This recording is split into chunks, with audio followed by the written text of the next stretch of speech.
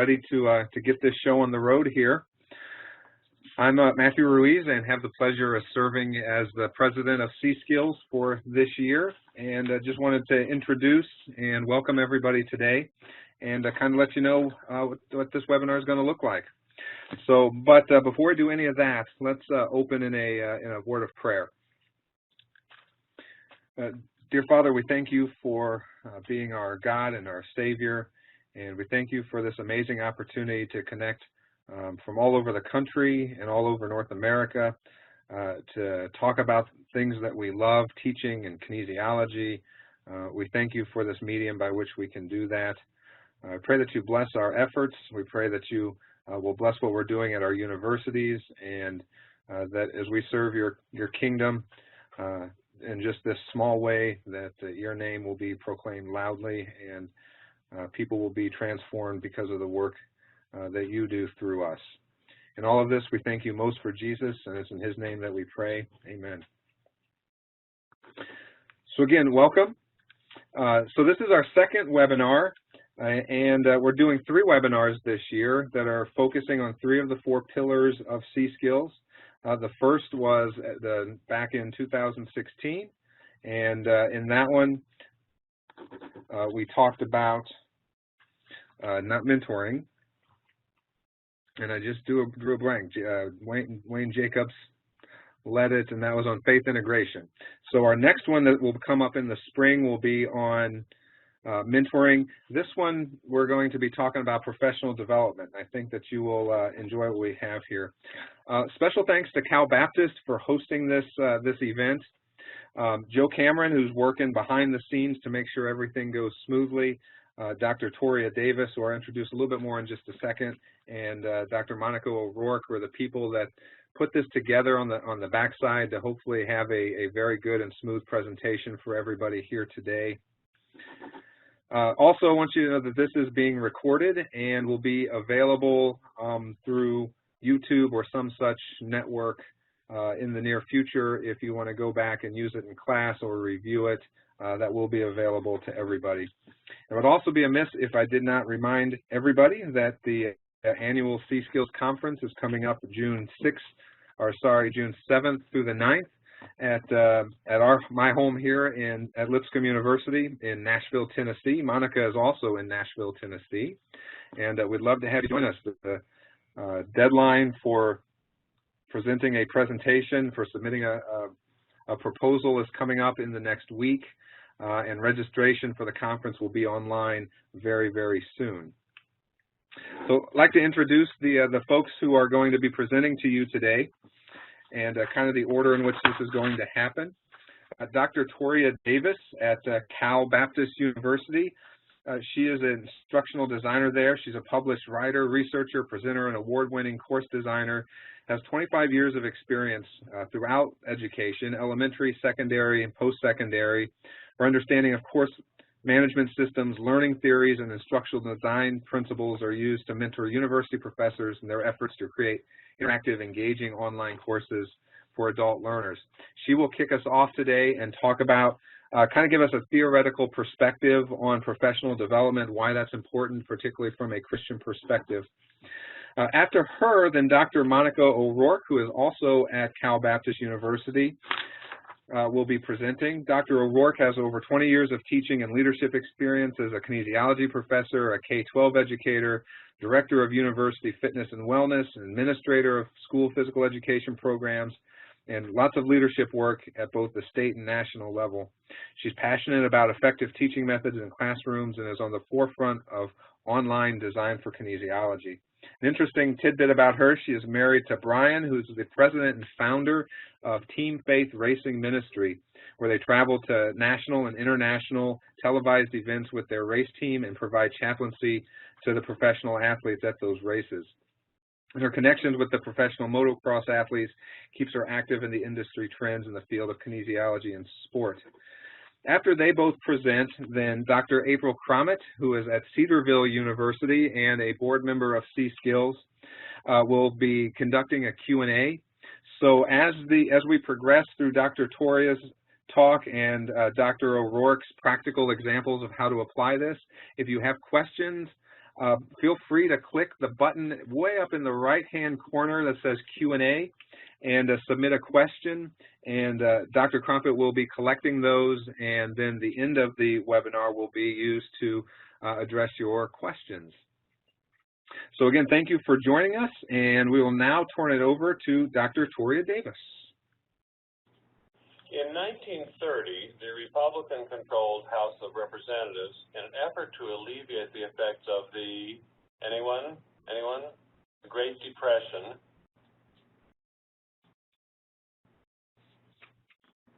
passed the, anyone?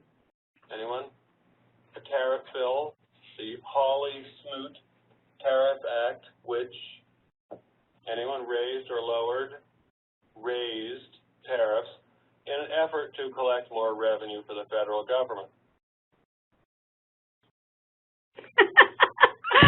I hope you enjoyed that. I get such a kick out of that video clip because no one enters the field of teaching with the intention of boring our students and contributing to their disengagement. That clip so clearly depicts why professional development is needed, and that's what we'll be discussing first before we move on to a variety of strategies that you'll be able to use at the conclusion of the webinar. The primary beneficiary of professional development is our students. We don't want them sitting bored, staring at us while mentally wishing they were somewhere else. Clearly, here I'm preaching to the choir about the need for professional development because you have chosen to be here with us today, so I won't belabor this point. However, I'd like to discuss two related points. The first is that professional development is one way we live out our faith. In the scripture excerpt on the screen, we know the writer of Ephesians wasn't talking specifically about our specific universities. He was talking about the church. However, the gifts and talents God gave to the church are analogous to the gifts and talents distributed among our institutions. We are teachers. Teaching is the gift given to us. Developing that gift for God's glory is our gift to God. The investment of professional development time is what leads to the dividends of improved teaching practice, and that's where professional development helps us to live out our faith. The return on God's gift to us is an engaged student. Professional development is a vehicle for gaining credibility and influence with our colleagues and students, therefore finding favor with God and man. Without it, we lose relevance in our profession, and our light can't shine before men, and God's glory in us can't be seen. The second point I'd like to make about professional development is that it must be grounded in adult learning theories.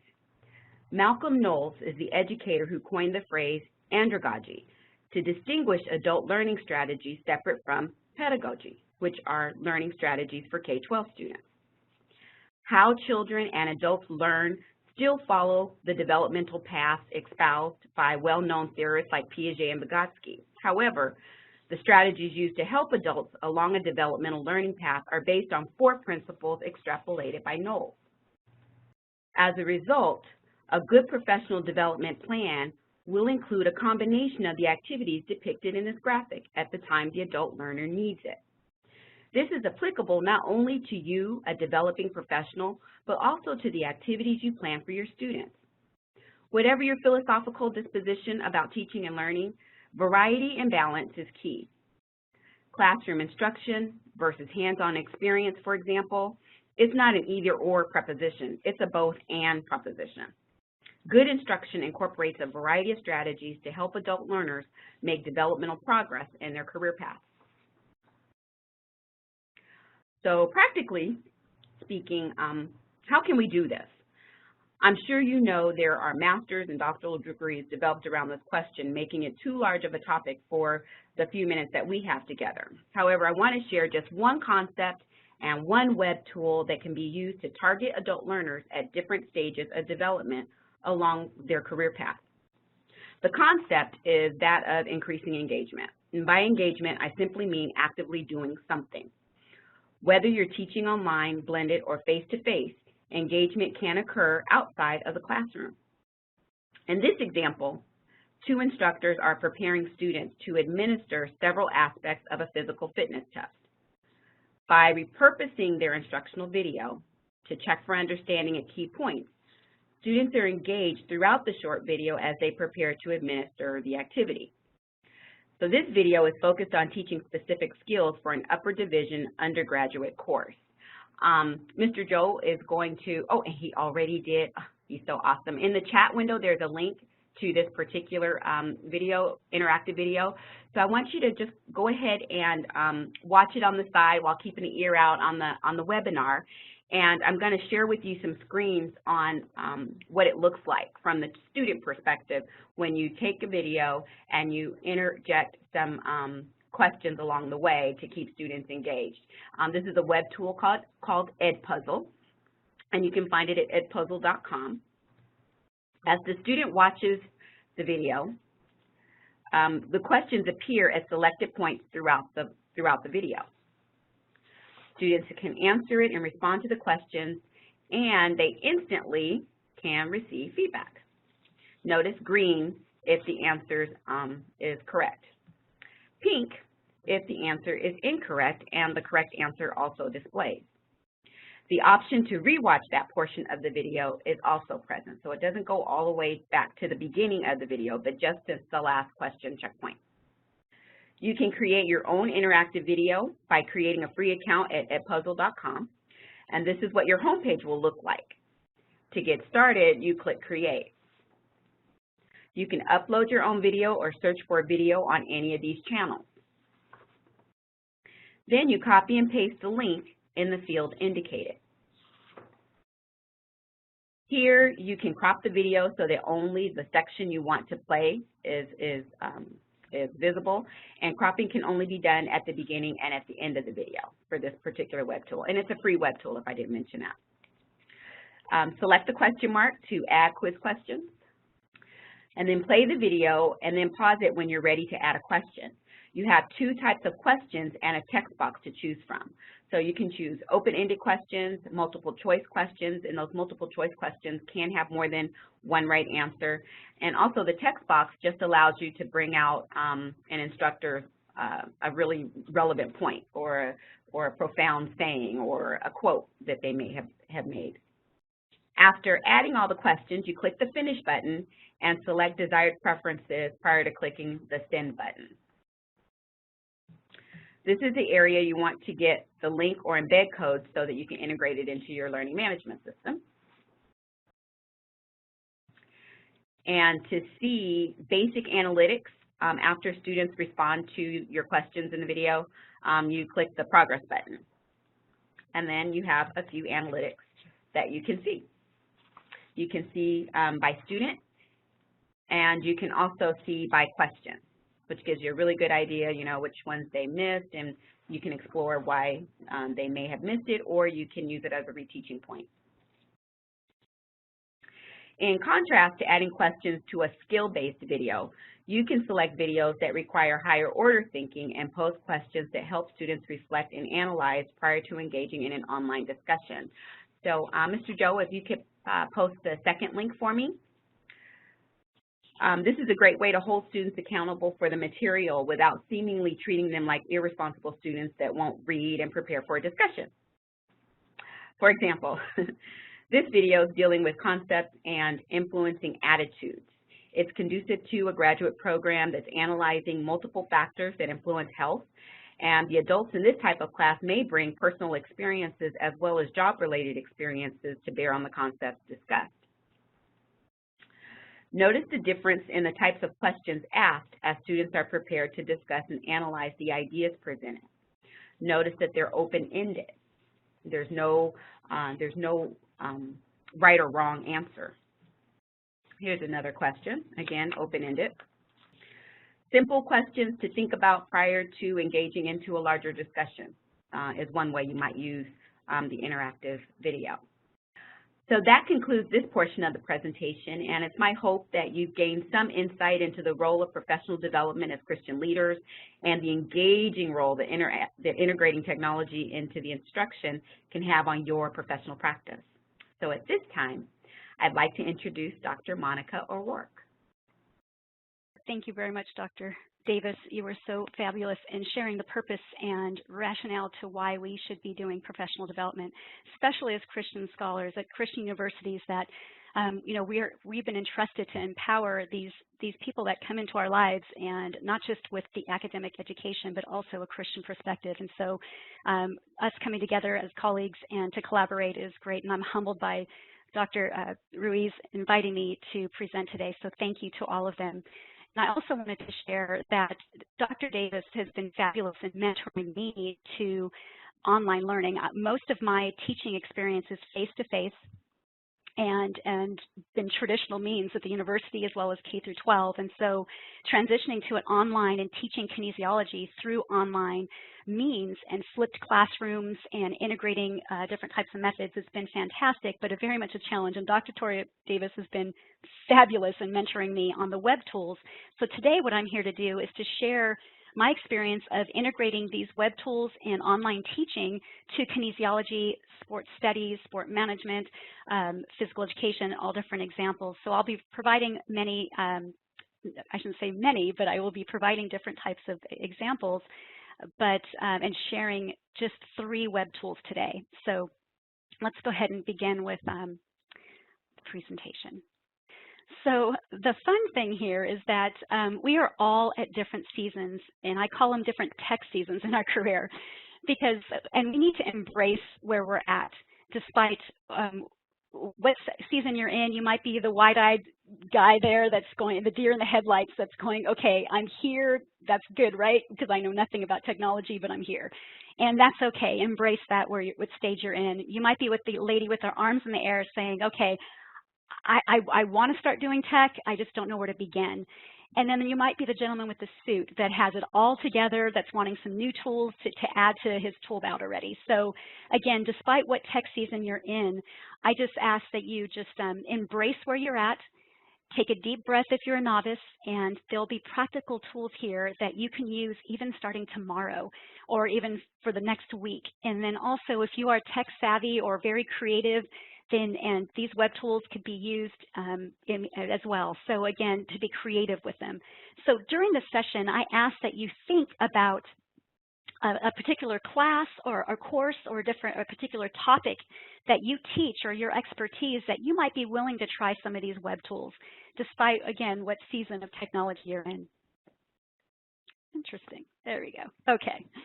It's acting a little funny right now. So the overview is a very wise, actually several wise people have shared with me to not use the fire hose, meaning, and if you're not familiar with that analogy, it's really just bombarding you with a whole bunch of web tools and then leaving and hoping that you got it all. So I've chosen 3 web tools, and if I was to come back and to be able to present again, I have numerous different things I can provide for you, but I thought we'd start with just 3 web tools and multiple examples of how they could be used in our career field. And so I don't want to bombard you with the fire hose analogy, but I think you'll enjoy these tools. And again, think about your particular expertise and how you can apply them if these examples don't apply to you, how that you can apply to them in your course. Also, too, is another thing I wanted to share is why we should be integrating this technology into our kinesiology fields. And so I think the best way to describe that is to look at what Generation Y is and what their characteristics are, because really that's who we are teaching now. We're teaching to the 18 to 34-year-old generation that I have to say is very different. I could tell you I came from 0, and Dr. Davis can attest to this. A funny story is that I literally, back in the day, was using a word processor in my undergrad, and somebody was like, yeah, this new desktop computers are coming out, and I'm like, nope, I like my word processor. So again, I was the gentleman with the deer in the headlights, and my friend actually bought me the computer and just said, just take it and start using it. So that was my generation. And so now I wanted to share a little bit more about what Generation Y is and who we're actually teaching to that makes a difference and why we should be adding some technology into our teaching tool belt, if you will. And then we're going to go into identifying different resources, as I shared. I'm only going to share 3 today, but with multiple ways to use these tools and in our industry and in our field. And then I'm hoping you'll leave familiarized and ready to apply some of these methods into your course. And the approach I'm going with this is really sort of the use today. Some of these approaches will be used today, try tomorrow, or possibly, depending on what season you're in, plan for the future. So again, that's completely up to you. Just only you would know your stage in development here. So let's go ahead and go to why technology. And I think the best way to describe why should we focus on this is because we're looking at that Generation Y, that 18 to 34-year-old group of population of people that we're teaching predominantly. In online professional studies at California Baptist University, which I transitioned to, I worked on main campus, but now with the 18 to 22, and now I'm really working with some of the older adults and adult learners. So it's been very neat to see this transition, but ultimately I have just some statistics I wanted to share in regards to the fact that these people are, despite in general, the stats are 700 billion minutes of minutes is spent online. That's universally. 30 billion pieces of content are being shared online. And again, just the fact of the social media aspect, this is just average. But if we look at the Generation Y, some interesting traits come in is that they were literally born and raised with technology. They're what I call literally plugged in. And the reason being is I just want to share some interesting stats on some of the characteristics of who we are teaching to and why we should be adding some technology and tools. And the reason being is that according to there's a Cisco technology study, as well as other researchers that have done studies on Generation Y, Generation Y population prefer technology. They've been raised with email. They don't know anything other than email, social networks, and other types versus traditional methods is not something that they really can relate to. Another interesting note that came from these studies was that they expect technology to be part of their life. It's just expected. Another interesting thing that was mentioned was that they asked Generation Y, what's the first thing you do when you wake up? Do you look at your spouse or your girlfriend, or something, or your mate, or do you look at your phone? And it was split. So again, technology is integrated in Generation Y's life. And what's interesting too that came from this is that they expect companies to have a core value of technology. And really, a lot of people think that this generation is like bored, or they give up easily.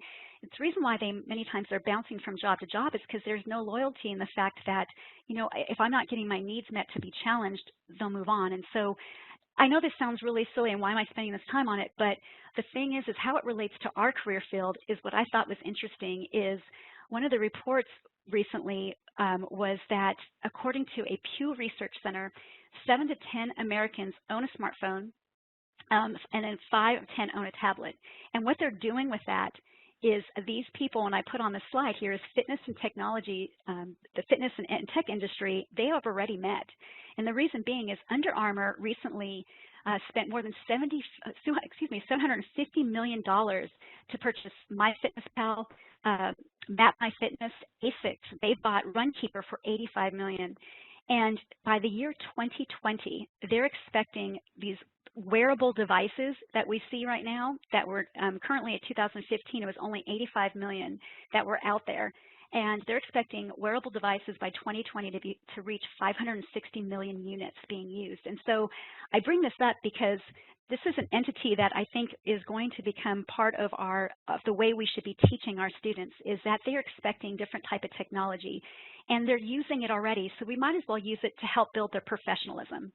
So that's my rationale to why I'm sharing some of these tools today, is to start integrating them in a way that gets them engaged and excited about learning, but also that they know how to use these tools, but now they can use them for professional manners.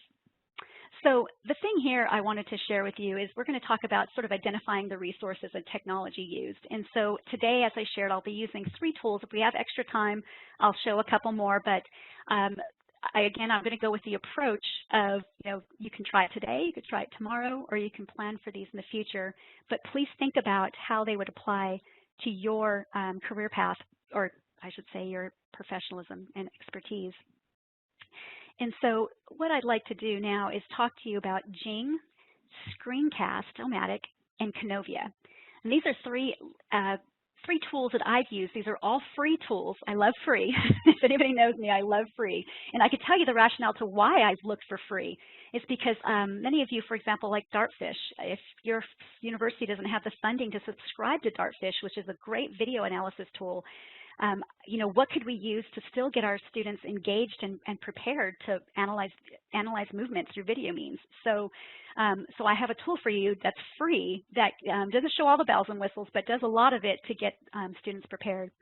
And so again, other means of, as I'm designing courses, maybe making flipped classrooms for yourselves, Jing is a great tool as well. And then of course, Screencast-O-Matic. So I'll share what these three are and go through the different approaches. And also I'll give you examples of how they can be used for students to learn, as well as how you can enhance your teacher instruction. So again, thinking of different web tools and how they can be used either for assessments or for your teaching. So let's go ahead and take a look at Jing. So Jing is it's a free screen capture tool. And I put the icon here so that you can see and relate. So if you decide to use this tool, it's very simple to put on your computer. And I just want to make sure you know that you're using the right one. And I divided into two different things, instructor examples and then student learning examples. And so I can just share what I know of what I've used it for. And I've used it to help provide instructions to students. I've also used it to help have students analyze video at just sort of the beginning stages of looking at movement and different types of what's correct technique or poor technique and compare and contrast. And so these are a wide variety of different ways, but I've also could use it for some really fun things. I teach a sport management, or I should say a leadership course, and we talk about legal liability and facility management. And so you can put up an example of maybe legal liability issues of a screen of a building and have them analyze and determine, okay, this is illegal, this needs to be fixed, this is not ADA compliant, and so forth. If you are in leisure studies, you can create orienteering maps or Frisbee golf maps. So I wanted to show you some of these examples here, and so I wanted to show you what Jing can do. So this is the website here to Jing, and it's a really simple download, and it's free. Like I said, I love free. But I also wanted to show you some examples. So here's an example of if you are using a flipped classroom, or maybe if you wanted to snazz up your PowerPoint or your lectures, I literally use Jing to create visually what they're going to be learning for the week. And I do this on purpose because most kinesiologists, we are like, as we love technology and we're integrating it, we're still we're doers, and we're many times visual learners. And so I try to add as much visual application to people that are interested in movement as much as possible. So this is an example of a template that I have for one of my courses. Another thing I wanted to share was how Jing could be used. So let me give you a couple of examples here. And this is, again, like I said, just a quick little biomechanic screenshot that I've used to help them realize we're going to look at biomechanical concepts this week. And I'm going to go ahead and fast forward to show you that this was just a quick little video to show them that this is what they're going to be doing. And show them how to download it. I show them how to actually use it as a screenshot. And again, I won't go through the whole video, but you'll see that this is a tool that they can use to do their assignment for the week. Different directions. So that's that. You can even change the color by simply clicking here and changing it to a color. The other option is creating a text box. Let's say I want to do center of gravity. And so you can make this font smaller, larger. You can even change the color, and you can move it to where you want. Be careful with this, because then you'll have to go a little bit smaller with the font size. You could also change the font style as well. So there's that. And let's say that you wanted to also highlight an important area. You can, of course, highlight biomechanical. You can also add a box that you want to really highlight in, let's say it's... And so I hope you're getting the idea that here's a tutorial video that I created for them to use Jing. And so as I've done that, then I feel I can go back to my Jing page here and show you that I've embedded it into an assignment. So what I did is now the first thing they're doing the first order of business for this assignment this week is for them to watch this video about Jing and how to download it. I have the links here. And then later throughout these assignments for the week, I have them, for example, here, they will take a screenshot, and I'm going to go ahead and use Jing right now so you can see what I'm talking about. So for their assignment, they're supposed to use, they're going to use Jing, and they're going to go ahead and take a screenshot here, and they're going to capture the image. And so now they're going to label what this arrow means and what this down arrow and what this is right here. So, and basically, if you want to see, you'll see that I'm asking them to Jing the image, and then for them to correctly label the different types of levers. And so, and let's see what else. I think also the axis and so forth. And so now they can actually, like I shared, you can add a text box, you can label, and so forth. And so really easy. Think about ways that you can integrate it. Like I shared, you can create maps for leisure studies. I've had people analyze movement, and I'll show you an example of what that is shortly. Actually, I'll show you right now. And again, it's been a very handy tool to get the students just engaged in starting to think about analyzing movement. These are not anything major yet. We're not using like a dartfish system, but just getting them to label different areas. Maybe you just want them to label the planes for an anatomical position or other means. Currently, I think Dr. Ruiz is kind enough to share that I work with professional motocross athletes, and this week we're having an event in the Bridgestone Arena, and we made a map so that basically we know where everybody can go and meet. So Jing can be used in a lot of variety of ways. But in this case, I had my students basically mark different areas of muscle, what the function is. Here's an example of an assessment asking them to determine the center of gravity, and so forth. So that is a simple example. So another thing I wanted to share with you is Screencast. And Screencast is, again, it's a digital screen recording tool. And you just saw it when I was sharing the Jing video. It's helpful for teacher presentations. It's great to do welcome or overview videos and send a link to the students about what's going on for the week before they even enter your class. But again, student presentations, and I've used it in numerous ways for students sharing their professional presentations for leadership, as well as I've had them use FaceTime or Google Hangouts and do an interview with a professional. So some fabulous ways to use a digital recording tool. And again, I'm not going to go through the whole video, but here's an example of an introduction to the course, our course. Welcome to class. This is Foundations of Kinesiology, or KIN 303. My name is. So we'll be looking at exercise science reading. It is essential that you read. And you'll see. So please do. I'm basically doing an overview of the video of the syllabus for the course. So this is something that you can ensure that everybody actually not only read it, but then they can get your helpful success tips for the class as well. Another thing, and again, I am passionate about integrating Christ into my classes. And so another thing I've done is I want my students to watch a video of to help them become Christian scholars. But Screencast, you can actually overlay your voice before they watch the video. For example, here's an example here. Hello class, Dr. O'Rourke here. Along with helping you become good analyzers of movement and biomechanics, I also want to make sure that you have an opportunity to become Christian scholars and leaders in your field. And then what I'll do is I'll introduce the video, introduce the person that's presenting, which just happens to be an engineer and scientist, and that is a Christian and shows the intricacies of the human body. So pretty interesting stuff that you can use with Screencast. And again, these are free resources. And here's an example of a student that is using Screencast. Hi, my name is Earl McCullough. I'm here to talk to you today about promoting and monitoring physical activity. First of all, what is physical activity? He goes in and talks about the different functions and levels of physical activity, from just playing a piano to playing basketball. Very creative, very fun, but it's a great way to help him get on camera and get more familiar with using technology for a professional manner. So the last one I'd like to share with you is Kinesiology.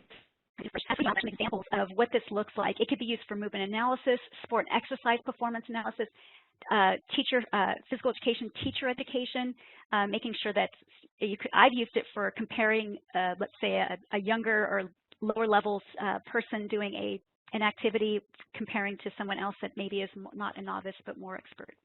And so here is an example of Kinovio. Again, video analysis. You could upload your own video and then analyze the movements. If you notice, you can actually, and I use Jing here, and I just added some arrows so you can see what I'm talking about. But you could see that you can actually go in a little bit deeper here and see the analysis of the movement of the foot, and you can do that with any part of the body. And then finally, here's a quick video that could be giving you an example of what Kinovio can do. It's just really quick.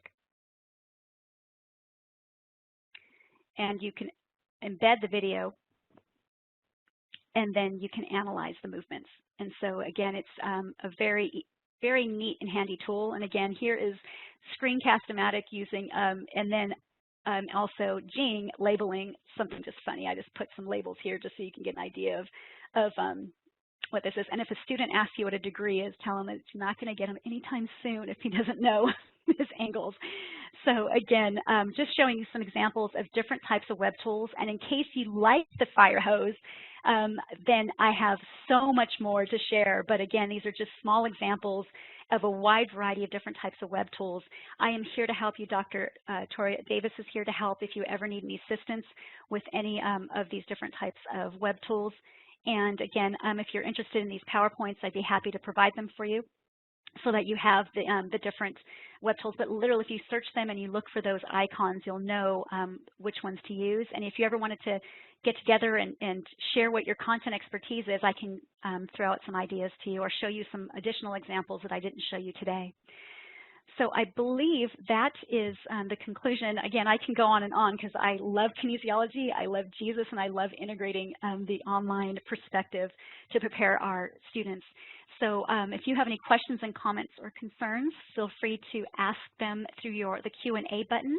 And I believe Joe will be opening up for Q&A. Thank you for your time. Thank you, ladies. This is actually April. I really enjoyed your presentations. I learned some things, and we'll definitely look into some of those tools to use in my classroom. So thank you very much for taking the time to put this together, show us examples, give us the resources to be better professionals. One of the questions that we've gotten so far is about the student feedback that you've gotten when you have used this technology, because I have found in my classrooms that they are familiar with some type of technology, but then when we do something in the classroom they're not necessarily familiar with, there can be a learning curve to the technology on top of the learning to the content. So if either one of you can share some feedback or some examples of what students have said, hey, we love this or we hate this in the classroom, that would be our first question.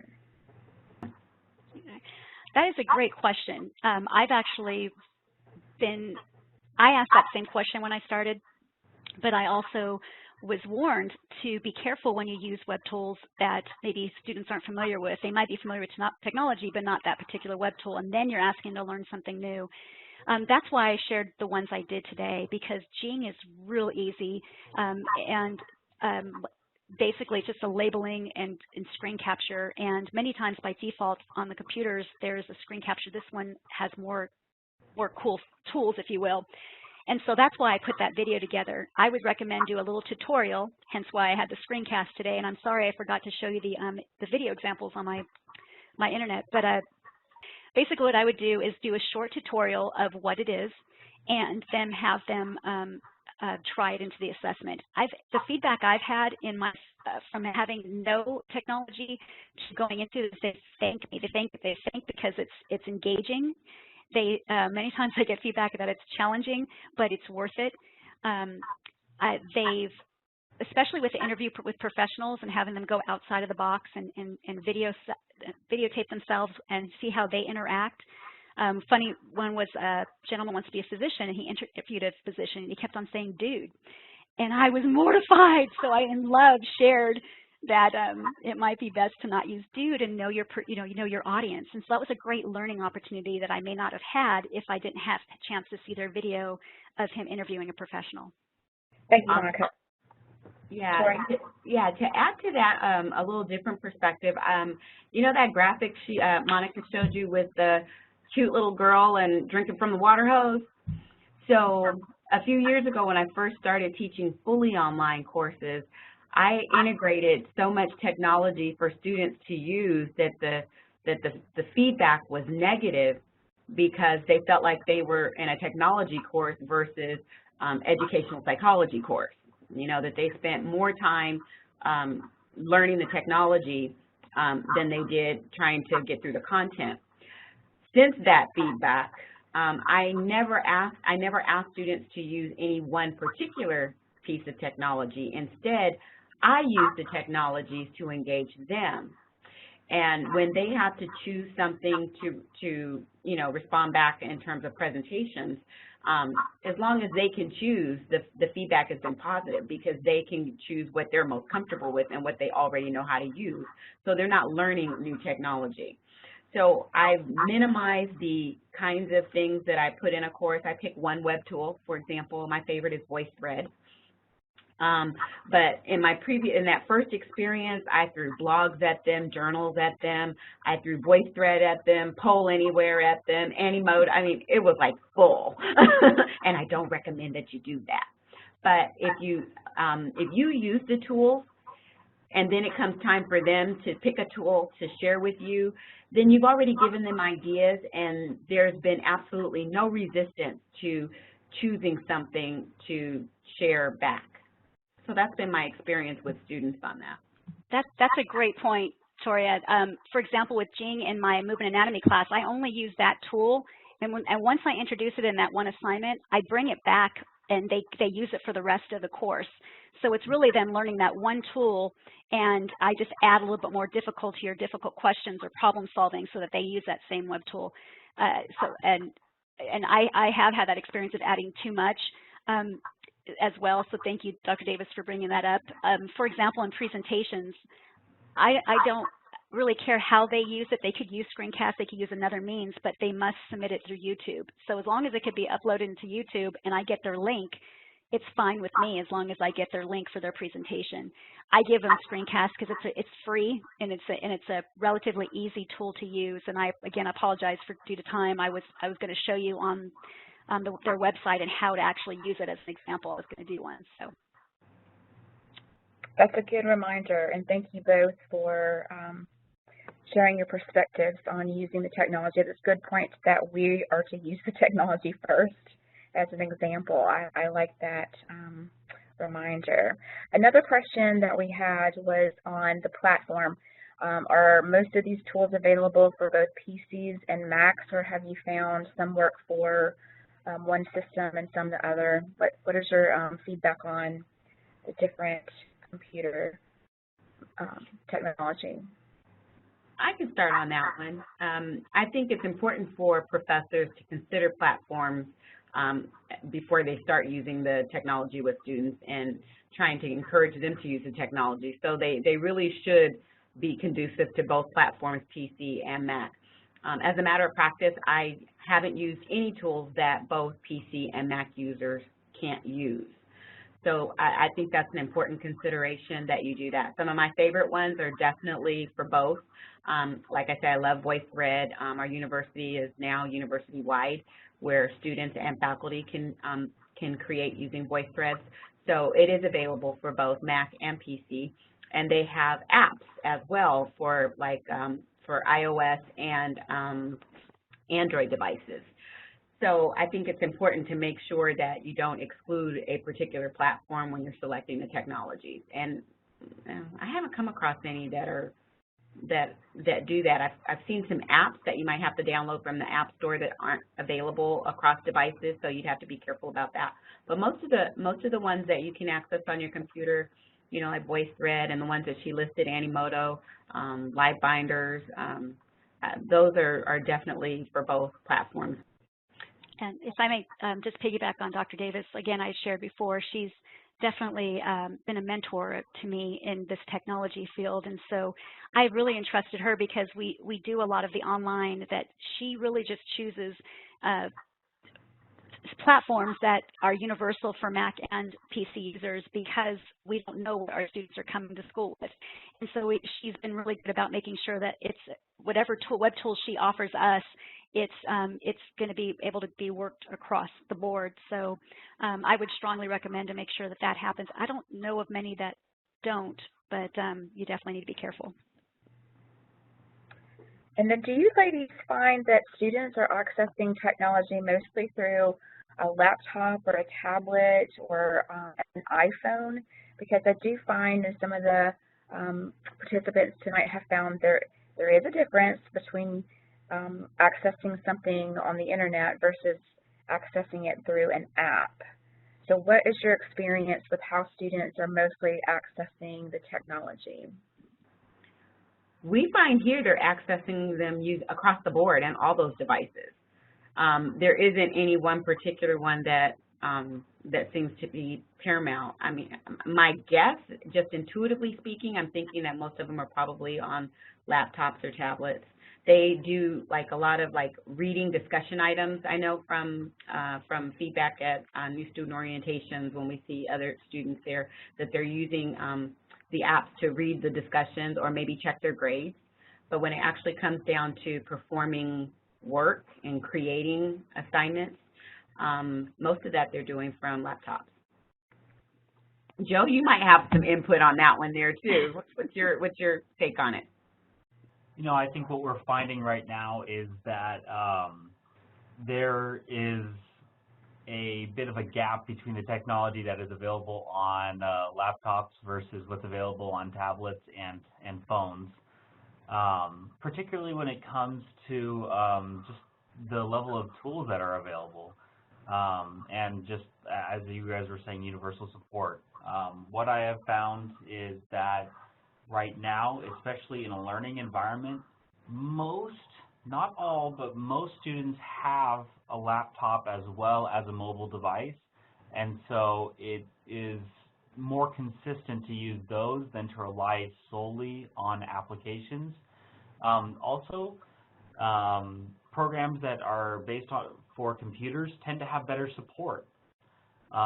So if you were to use an app that's only available in the iOS store or the Android Google Play Store, those may take longer to gain support for any issues that come up. And since it's dealing with education, we only have a short amount of time to use these tools and to provide them for our students. And if I may interject from a kinesiology, industry example is, I encourage them to use a laptop for the majority of the work, the coursework that needs to be done. So I piggyback on the experts here, Dr. Davis and Joe Cameron. But from the kinesiology, like I said, industry-related examples, I have an assignment in exercise physiology that I use that I actually ask them to go on their phone and use an app. And we talk about and analyze hydration. And so I have them use and again, using Dr. Davis's choice system, I give them several choices that I've sort of looked at for apps and give them like 3 different hydration apps and have them use it. And then we go over like a series of sort of a little lab, if you will. And so I do encourage them to use them for smaller, fun things like that so that they can realize how they can use those for our profession. But also, I would strongly recommend using a laptop for anything, especially if any of your universities are using LMS. If you're using like Moodle or Blackboard, they really do work best on the computer. Thank you. So that concludes our questions this evening. I want to thank you, Dr. Davis and Dr. O'Rourke, for your presentation tonight. Certainly, we have to thank Dr. Cameron for his behind the scenes and for his contribution to the conversation tonight and the questions. Thank you for that. We do appreciate all of you being here and all of you who are watching via the recorded webcast. And we hope to see you at our next webinar. Thank you.